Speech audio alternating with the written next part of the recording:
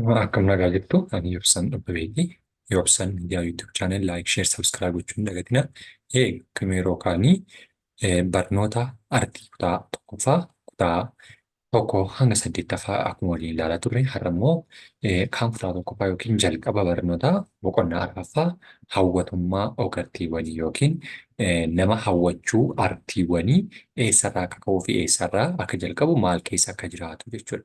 Og-aartiiwwan keessatti taateewwan aadaadha. Aadaawwaniin sun immoo wantoota dinqisiifachuu yookiin immoo raajeffachuu ajaa'ibsiifachuu isa qaban faaruu maatii faaruu akkasumas shubbisa maatii keessatti gaggeeffamu kan aadaadhaan wal qabate yookiin immoo shubbisawwan naannoo keessatti barteedhaan hawaasni naannoo isaa keessatti faarsu kan waliin ilaallu ta'a. Yobsaan miidiyaa YouTube channel like, share, subscribe gochuu enkoo uummatinaan isin jedhama. Eegaa inni tokkoffaa keessatti faaruu yeroo raajeffattan qabxiileen arfan asii gaditti yaadatamuu qabantu ni jiraatu. Gosa artii yookiin immoo artiin maal barbaaddi yookiin immoo hawwatummaan artii maal maalidha yookiin immoo artiin tokko artiidha jedhamtee guutamuudhaaf maal maal barbaaddisa jiru sana addaan baasnee beekuudha. Jalqabuma irratti artii yookiin artistiin tokko aaktarii yookiin immoo aaktareesii kan jedhamu aaktariin dhiiraaf yeroo ta'u aaktareesii isheen jennu immoo dubaraa jechuudha. Yeroo kana ta'u aaktarii yookiin aaktareesiin tokko yookiin barreessaan aakteriidhaaf yookiin taatummaa tapha tokko keessatti gaafa hojjetamu jalqaba wantoota hawaasa keessa jiru wantoota hawaasni beeku hojjeta. Haa ta'u iyyuu malee garuu mata duree fi haala inni ittiin hojjetu suni filatamaa kan ta'e yookiin immoo kan adda ba'e kan sirrii yookiin bareedaa ta'uuf kan filatame ta'uutiinidha. Kan inni hawaasa keessaa adda ta'ee daawwatummaan isaa ol ka'u jechuudha. Kanaaf adda kan ta'u keessatti immoo tokkoffaan jaallatamuu kan qabu ta'uudha jechuudha. Waan hojjennu tokko artiin jaallatamuu waan qabudha. Ergaa gaarii qabaachuusaa. Ergaa gaarii qabaachuusaa karaa kamiin beekna? Tokkoffaa karaa ittiin ergaan sun hawaasa bira ga'u yookiin immoo gurra daawwataa awudiyaansii keenya bira ga'u kan namatti toluu fi kan hin irraanfatamne ta'uu qaba jechuudha. Kan namatti tolu yookiin kan hin irraanfatamne hawaasni waan dhaga'eef waan arge sana akka inni yeroo hundumaa yaadatuu fi dinqisiifatu wantoota taasisan keessaa warreen kun arfan akka ijootti warreen ka'anidha jechuudha.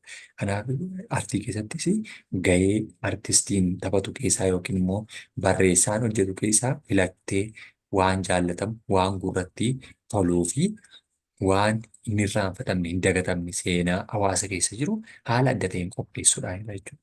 Kanaaf gahee maatii fi bifa diraamaan ibsuu keessattis immoo gahee maatii taatee irree fakkeenyaaf yeroo irreechaa maatii irraa jalqabeetu kan inni baratamu. Akkasuma xiyyeeffannoo barannoo kana irratti immoo guddaan egaa aadaa raajeffachuu. Tokkoffaa aadaa keessa kan hin jirre yookiin waan hawaasa keessa hin jirre lafa addaadhaa fiduu hin dandeenye waan ta'eef waan hawaasa keessa jiru haala adda ta'e karaa barbaachisaa ta'een qopheessuu yookiin agarsiisu. Innis immoo haala asii gadii keessatti yeroo agarsiisnu haala sirna ittiin kabaja artiin tokko irreecha yeroo agarsiisutti warreen gama mirgaarra jiran dhiirota karaa harka bitaarra kan jiran immoo shamarranii jechuudha. Maatiiwwan gamaaf gamoo godhanii jiru. Kan gidduu isaanii jiru haroodha jechuudha yookiin bishaanidha. Harkatti immoo jiidha yookiin marga qabatanii jiru. Ulee isaanii qabatanii jiru.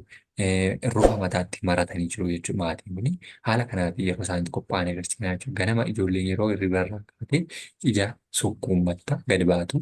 Haatii fi abbaan maaliif uffannaa aadaan faayamanii coqorsa harkatti qabatanii arguu qabu jedhaga ganama kana tartiiba isaan ittiin deemanidha. Kuni eessa yeroo deeman yeroo irreechaa sirna ittiin kabaja yookiin immoo daa'ima isaanii barsiisaa deeman keessaa jalqabaati jechuudha. Inni kun gosa artii keessaa tokko jechuudha. Maatiin kun abbaa fi haati haala seera sirna sanaa godhatanii jiru. Aayyoo har'a cidha keessanii hedheetu gaafatamu isaanii isaan nu dahuun dura cidha godhatanii bar. Garuu har'a maaltu jira? Guyyaan guyyaa maaliitti jedhetu obboleettii wajjin wal gaafatu. Isa booddee ilmoo koo har'a guyyaa irreechaati. Eeyyeen ilmoo koo hanga isin hirriba irraa dammaqxanii eegaa turre. Isiniifis kun uffanni aadaa qophaa'eera. Eenyu qopheessa jechuudha. Akka daa'imni kun waa'ee irreechaa baraniif sirna kana maatiitu qophaa'ee qopheessaafi jechuudha. Eegasii booddee maal godhu? Warri ollaa keenyaas uffata aadaa miidhaganii nu eegaa jiru. Kottaa haa deemnu. Ijoollee kana maal godhee qopheesseera jechuudha. Eegasii booddee abbaan fudhatee gara isaa deema gara irreechaa deema jechuudha. Yookiin immoo warri ollaa dhiiraa dhalaanii dhufu dhiirris dhalaanis wal makaniitu jiru adda addaatti immoo fakkiidhaan yeroo agarsiifnu jira. Inni kun gosa artiiti jechuudha. Gosa artii fakkiidhaan agarsiisuu yookiin immoo artistii kan artistiin tokko bobboca mataasaa fayyadamee yookiin mala teekinooloojii fayyadame kan inni suura kaafatedha. Iddoo tokko tokkotti immoo harkaan illee fayyadamuu kan dandeenyudha jechuudha. Dubartoonni dura dursanii maree yoo fardaa yoo deeman warri dhiiraa duwwaan godhanii maal yoo gabbisayyuu jechaa gara malkaa bu'uu jechuudha. Kunuuti cokkursan lalisaa qabataniitu gara haroo kan isaan deeman jechuudha. Kanaaf taateewwan kana keessattis tokko tokkoon isaanii gahee artiin aadaa keessatti qabu ittiin ibsuudha jechuudha. Fakkii maatii, miseensota maatii fakkiidha yeroo isaan nyaatarra jiranii fi nyaata isaanii gidduu kaawwatanii dhugaatii naannisanii kaawwatanii jiru. Taa'umsa isaanii abbaa fi haati waliin naannii ijoolleen gamaa gamoo godhanii yeroo isaan nyaata nyaatanii maatiin waliin nyaataa jiru. Yeroo maatiin hojii waliin hojjetu kun immoo maatiin waliin hojjetaa jiru haadha addunaatii shunkurtii gurguraatti addunaa buleetti waa hojjetu minjaan mana waliin laaraa abbaan qodaa minjaa jira jechuudha. Miseensonni maatii hojii mana keessaa yeroo isaan wal gargaaran jechuudha. Aadaa artiidhaan wal gargaarsa maatii keessa jirullee karaa ittiin agarsiisan keessaa artiin isa tokko jechuudha. Gosa fakkii naannawaa keenya. Naannawaa mana jireenyaa keessatti kan nuti arginu kunuuti yeroo biqiloota kunuunsaa jiranidha. Yeroo hojii dhuunfaa sana hojjetan yeroo balbala haaran yeroo tumaa jiranidha. Yeroo uffata miiccaa jiranidha. Manaa fi biqilootawwan naannoo balbalaa jiran miidhagsanii fakkiidhaan kaasaa jiru jechuudha. Yeroo kun egaa hojii adda addaa yeroo isaan waliin hojjetan haala adda maatiin illee yeroo wal gorsan yeroo kabajuu uffata aadaan faayanii jira maatiin qophii sirna kabajuu ta'e irratti yeroo isaan waliin hirmaatan akkasuma yeroo isaanii ayyaana irreechaa kabajuuf deeman illee sirna kana fakkaatanii miidhaganii yeroo isaan deeman yeroo maanguddoon muka jala taa'ee oduu durii ijoollee barsiisu oduu durii kana keessatti sadarkaa dabballeedhaa kaasee turanii sirni kun baratamu oduu durii foon ta'ii ibboo mammaaksaa fi kanneen kana fakkaatan seenaawwan darban afoolawwan yeroo isaan itti jaarsolii baratanidha. Yeroo maatii miseensa ijoolleetti yeroo barumsaa wal barsiisan mana keessatti haala kanaan bocaan yookiin immoo fakkiidhaan karaa ittiin barsiisan keessaa tokkodha jechuudha. Aga ammaa kanatti kan ilaallu egaa boqonnaa Og-Aartiiwwaniiti. Inni boqonnaa 5ffaan immoo hidhata Og-Aartiiwwaniiti. Boqonnaa 5ffaa keessatti egaa hidhata Og-Aartiiwwanii kan jennus akkasuma hidhata Og-Aartiiwwan waliin qabu aadaadhaan kan inni qabuu fi aadaa keessatti Og-Aartiin hidhata akkamii qabaata? Faaruu garee faarsuu dandeettii sagalee uumamaa ofii guddifachuudha inni tokkoffaadha jechuudha. Faaruu gareen faarsuu jechuun namoonni hedduun walitti nammee gaafa sagalee uumama ofii guddifachuudhaaf faarsu sagaleen nama abbaa duraan shaakalee hin beekne akka inni osoo hin beekin dandeettii isaa keessatti of harkaa deemu taasisaa jechuudha.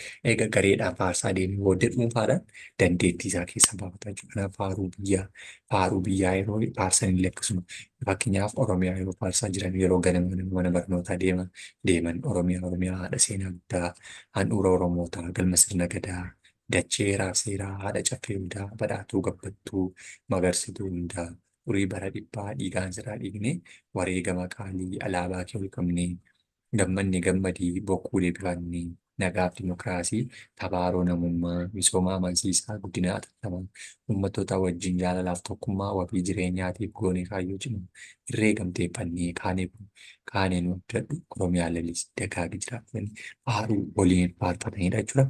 Faaruu Oromiyaa naannoo keenyatti yeroo hedduu ganama yeroo mana barnootaa deemu kan nuti faarsaa fi jechaa guddannedha jechuudha. Akkasuma faaruu lakkoofsaaf ji'ootaa yeroo faarsinu illee jiini akkaataa kan itti faarsamudha. Tokko lama sadii jedhamee yeroo itti faarsamu lakkoofsota kana yeroo faarsaa deemnu baatiiwwan soddomaa, afurtamaa, shantamaa, jaatamaa, torbaatamaa, saddeettamaa, sagaltamaa dhibbaa jedhamee yeroo faarsamu tokko lama irraa kaasne jechuudha. Haala ittiin faarsaa deemnu tokko faaruudha. Baatilee waggaa jechuu dandeessu, eeyyee dandeenya, fulbaana, onkololeessaa, sadaasa, muddee, jarreen kana inni jedhanii faarsaa deemu. Inni kun egaa faaruuwwan ji'ootaaf guyyootaa kan nuti faarsinu yookiin daa'imman barsiisnudha. Tapha tokkeen maalii? Tokkeen maalii? Tokkeen tokkichumaa. Lamaan maalii? Lamaan mucha re'ee. Sadii maalii? Sadan sussuumanii. Afur maalii? Arfan mucha sa'aa. Shanan maalii? Shanan quba harkaa. Ja'an maalii? Ja'an jabbii qarataa. Torban maalii? Torban naannoo sanbataa. Saddeet maalii? Saddeet dhala leencaa. Sagal maalii? Sagal yaa'ii booranaa. kudhan maalii kurnan boolla saddeeqaa jedhaniitu faarsaa deemu jechuudha. Inni kun kan tokkeen maalii tokkeen tokkichumaa jechuun lamaan mucharee tokkeen tokkittii mala. Lamaan mucharee jechuun re'ee muchaa lama qofa qabaachuu kan ittiin ibsinu. Sadii maalii sadan sussuumanii jechuun immoo distiin yookiin immoo xuwween irra teessu sadiidha. Sunsuuman yookiin dhagaa ishee sadii jechuudha. Afur maali? Afur mucha saawwaati. Muchi saawwa afur. Shanan maali? Shanan qubaa harka qubni harka dhala namaa hundaayyuu shani. Ja'a maali? Ja'an jabbii qaraxaa. Ja'an jabbii qaraxaa jechuun qaraxa yookiin nan ja'a yookiin walakkaa guutuu tokko ta'e kan kennamtu jechuudha. 12 guutuu yoo ta'e walakkaan ja'a qaraxaadhaaf kan kennamtudha waan ta'eef ja'an bifatanii 12 irraa ja'a kennu waan ta'eef. Torban maali? Torban naannoo sanbataa jechuun immoo torbeewwan guyyoonni addunyaa kanarra jiru guyyaa torba jiru uumamaan kennamanii torban isaanii jechuudha. 8 dhala leencaati. 8 immoo leenca uumama ishee keessatti 8 dhalti. 8 keessaa baay'een isaanii bineensota adda addaa yeroo isheen taatu tokko keessaa leenca taati jedhama. 9 maali? Salga yaa'ii booranaa jechuun immoo yaa'iin booranaa 9tu jiru. Salgan isaanii immoo sadii. Sadii baay'ee sadii immoo 9dha. Yaa'iiwwan kun yaa'ii jalqabaa, yaa'ii lammaffaa, yaa'ii sadaffaa jedhamanii beekamu. Yaa'iin tokkoon isaanii yaa'ii sadii yookiin kan guyyoota yeroo sadiidha qabaatu yaa'ii booranaa jedhamee beekama. Kudhan maali? Kurnan boolla saddeeqaa jechuun taphni saddeeqaa yookiin kan namni gamaa gama taa'ee taphatu kun boolla saddeeqaa jedhamti. Kudhan qabaatti boolla kudhan kana keessatti kan isheen taphatamtu waan ta'eef jechuudha. Kan ittiin mul'isuuf illee ni faarsama. Faaruu kubbaa babbareedduu jedhamee qaba. Gosoota kubbaa yookiin immoo taphoota kanaatiin kan isheen faarfamu. Kubbaa babbareedduu sagaliin qaba. Tokko keessaa dhiitnaan 8tu hafaa. Kubbaa babbareedduu 8 qaba. Tokko keessaa dhiitnaan 7tu hafaa. Kubbaa babbareedduu 7 qaba. Tokko keessaa dhiitnaan 6tu hafa. Kubbaa babbareedduu 6 qaba. Keessaa tokko dhiitnaan 5tu hafa. Kubbaa babbareedduu 5 qaba. Keessaa tokko dhiitnaan 4tu hafa. Kubbaa babbareedduu 4 qaba. Tokko keessaa dhiitnaan 3tu hafa. Kubbaa babbareedduu 3 qaba. Tokko keessaa dhiitnaan 2tu hafa. Kubbaa babbareedduu 2 qaba. Tokko keessaa dhiitnaan 1tu hafa. Kubbaa babbareedduu ishee tokkodhaan qaba. Ishee akka hin dhiisneef cimseen eeggadha. Cimseen eeggadha. Sababni isaa tokkittii sana taphataa waan ta'eef jechuudha. Jalqaba irratti ishee kamiin dhiite ishee tokko keessaa dhiitee jira jechuudha. Warri kun asirraan 5tu jira, asirraan 4tu jira. 10 keessaa tokko dhiite jechuudha jalqaba. 10 keessaa gaafa tokko dhiitu 9 taate. 9 keessaa tokko yoo dhiitu 9 torba 8 ta'a. 8 keessaa tokko yoo dhiitu torba ta'a. 7 keessaa tokko yoo dhiitu 5 ta'a. 5 keessaa tokko akkasuma 6 tafee 5 tafee 4 tafee 3 tafee 2 tafee 1 tafee tokko kana jechuudha. Kan inni biraate ishee maal godha? Ishee tokko taphachuudhaaf ishee hambifate tokko tafee jedhetu gosa kubbaa babbareedduu kanaan illee akkaataa itti faarsanidha jechuudha. Inni kan biraan faaruu beeyladoota faarsuuti. Beeyladoonni ni faarsu sagalee isaanii baasu. Beeyladoonni ni faarsu sagalee isaanii baasu. Adurreen ni wacciti ni nyawwisti. Nyawu jetti. Yoo feetes ni shubbisti. Beeyladoonni ni faarsu sagalee isaanii baasu.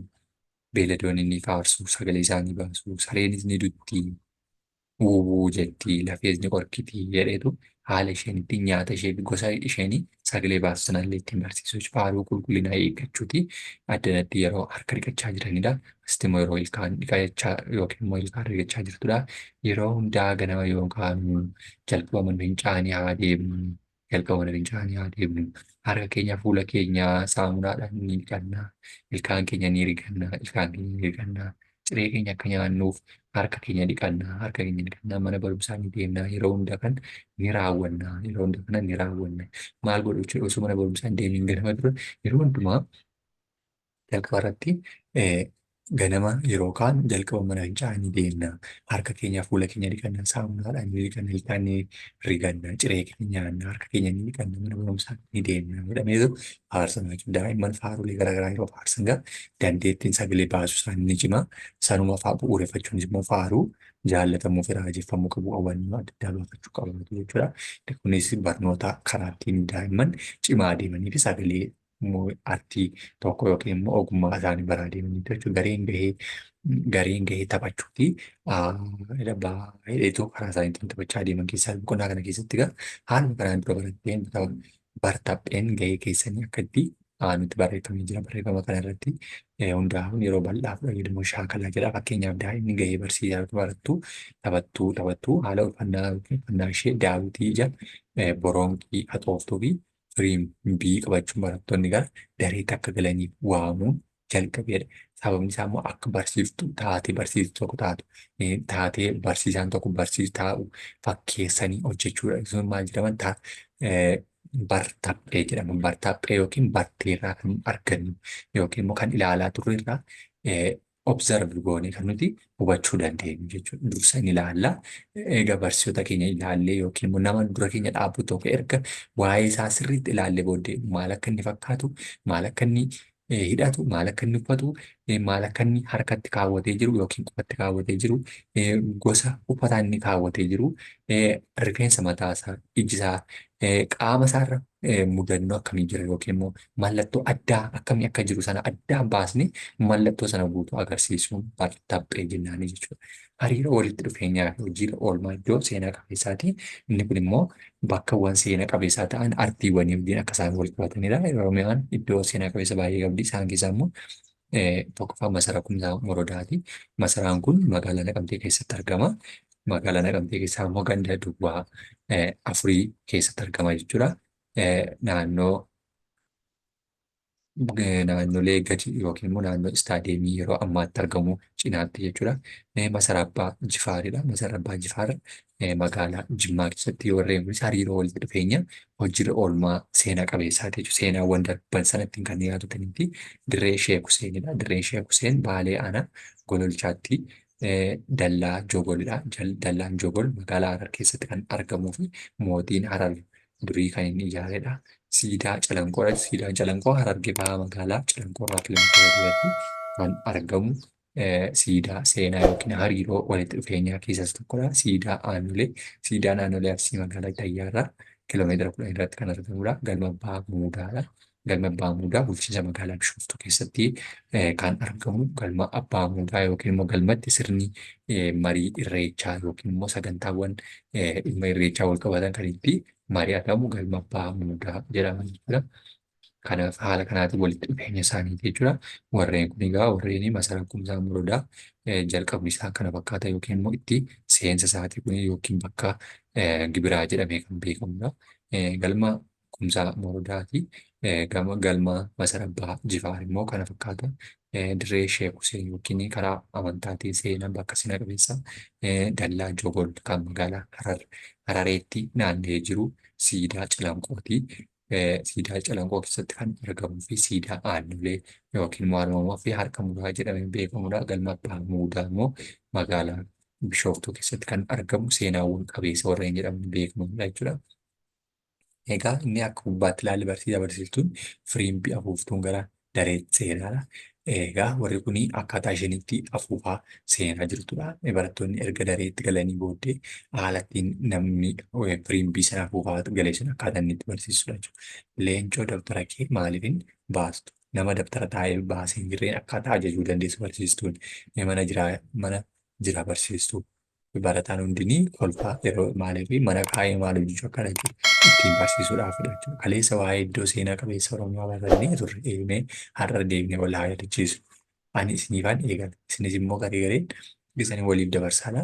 Namni tokko waa'ee seenaa Kumsaa yoo kaase inni tokko immoo dirree Sheek Huseen galma Abbaa Jifaar kaasuu danda'a jechuudha. Iddoo seenaa qabeessa muraasa daawwannaa barsiistuudha Wallaggarraa jalqabna. Masaraa Kumsaa Morodaa daawwanna tokko faaratti achi yeroo isheen daawwachiiftu masaraa Abbaa Jifaar daawwanna Jimma Abbaa Jifaar irraa jechuudha. Gara Arsiitti seennee siidaa Aanolee daawwanna. Baalee Baaliyyoo dhabna dirree Sheek Huseen daawwanna. Harargee biyya jaalalaa deemna barattoonni hundi siidaa Calanqoo daawwanna. Achumaan Harar buunee Jogoliinis daawwanna. Hararitti kan argamu sana jechuudha. Haala kanaatiin maal gochaa deemu wal jalaa qabuutiin kan seenaawwan wal barsiisan og-artii yookiin immoo og-argaa bartaphee keessatti kan ittiin shaakalanidha jechuudha. Faaruu iddoo seenaa qabeessa kana nu haala kanaatiin yeroo faarsan nutis hedduu qabna. Iddoo seenaawwanii ifatti mul'ifna tokko tokko isaanii kan Kumsaa Morodaa kan Abbaa Jifaarii, Dirree Sheek Huseeniif siidaawwan calanqoo seenaa hedduu qabna dhaloota wajjin seenaa hedduu qabna dhaloota wajjin. Sababni isaa akka taphni kun yookiin immoo seenaawwan bakkee kanaa akka isaan hin bannee fi karaa ittiin hubachiisnu yookiin karaa ittiin barsiisaa deemnu keessaa isa tokkoof isa jalqabaati jechuudha. Og-Aartii kutaa tokkoffaa jalqabaa boqonnaa tokko hanga boqonnaa shanaffaa asumarratti kan goolamu ta'a. Yoobsan miidiyaa YouTube chaanel laayik, sheer, sabskiraayib gochuu hin dagatinaa. Yaadaaf eegaa asuma jalatti naaf barreessuu ni dandeessu. Galatoomaa.